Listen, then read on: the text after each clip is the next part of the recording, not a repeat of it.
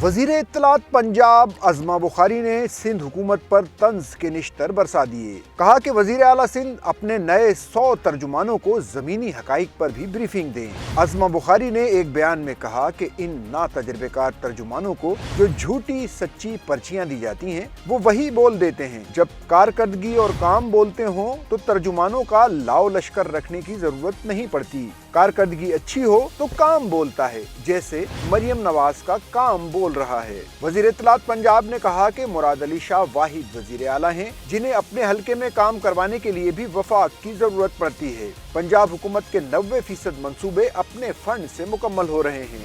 सहवन में वजीर आला सिंध के इलाके में होने वाले हादसे को वफाक पर मत डाला जाए। अज़मा बुखारी ने कहा कि पिछले 16 साल से सिंध पर हुकूमत पीपल्स पार्टी की है, मुस्लिम लीग नून की नहीं। सिंध ने जो 956 अरब रुपए का तरक्याती बजट मंजूर किया था, अल्लाह करे वो जल्द अज जल्द लग जाए। माली साल खत्म होने वाला है, अभी तक वजीर आला सिंध अपने इलाके की गलियां और सड़कें और हाईवे नहीं बना सके। वजीर इत्तलात पंजाब ने कहा कि डंपर्स रोजाना की बुनियाद पर कराची के शहरियों को उड़ा रहे हैं। क्या वो भी वफाक का मसला है? वफाक से हर साल मामूल के मुताबिक सिंध को इनके हिस्से के फंड्स मिलते हैं। वफाक और सूबों के मामलात में चचा भतीजी के रिश्ते का क्या ताल्लुक, इसका हवाला क्यों? उन्होंने कहा कि अगर सिंध इन अरबों रुपए के फंड से भी अपने सड़कें नहीं बना सकता तो फिर आपका अल्लाह हाफिज। मरियम नवाज पंजाब में अपने सूबे के वसाइल से दर्जनों बड़ी सड़कें मुकम्मल कर चुकी हैं।